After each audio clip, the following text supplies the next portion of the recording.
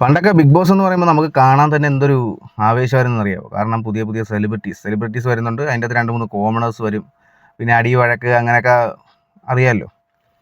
അടി വഴക്ക് മാത്രമല്ല, അതിൻ്റെ അകത്ത് കുറേ കോമഡിയും എല്ലാം കലർന്ന് വേണം പോകാൻ. ഇപ്പം ബിഗ് ബോസിൻ്റെ സീസൺ 3 എടുത്തു കഴിഞ്ഞാൽ എല്ലാവരും പറയാണ്ട് ഏറ്റവും റേറ്റിംഗ് കുറഞ്ഞ ബിഗ് ബോസ് പരിപാടിയായിരുന്നു, ബിഗ് ബോസിൻ്റെ സീസണായിരുന്നു സീസൺ 3 എന്നൊക്കെ. പക്ഷെ അത്യാവശ്യം മണിക്കുട്ടൻ അതിൻ്റെ അകത്ത് വിജയിച്ചു.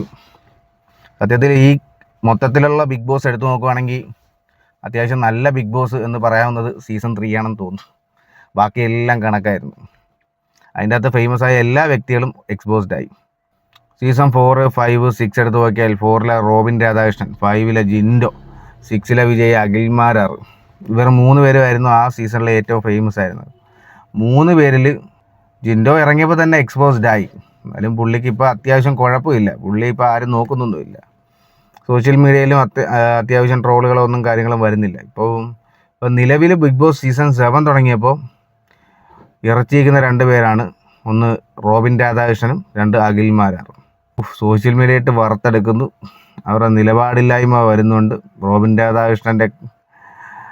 രാധാകൃഷ്ണൻ എന്താണ് പൈസ തട്ടിപ്പ്, പണം തട്ടിപ്പ് കേസിൽ പ്രതിയായി മാറി. അതായത് പൈസ മേടിച്ചിട്ട് തിരിച്ചു കൊടുത്തില്ല എന്നൊരു കേസിൽ പ്രതിയായി മാറിയിരിക്കുന്നു. കേസ് കൊടുത്തിട്ടുണ്ടെന്നൊക്കെ കേൾക്കുന്നു.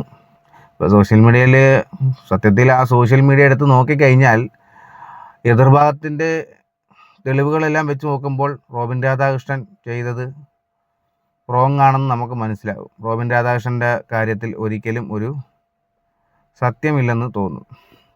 അഖിൽമാരാരുടെ കാര്യം എടുത്താലും നിലപാടില്ലായ്മ നല്ല രീതിയിലുള്ളതുപോലെ തന്നെയാണ് ഫീൽ ചെയ്യുന്നത്. എന്തായാലും നോക്കാം. പുതിയ സീസൺ വരുമല്ലേ, ഈ സീസണെങ്കിലും നല്ല രീതിയിലാകട്ടെ എന്ന് ആഗ്രഹിക്കുന്നു. കാരണം നല്ലൊരു സീസൺ വന്നാലല്ലേ നല്ലൊരു കണ്ടൻറ്റ് കിട്ടും.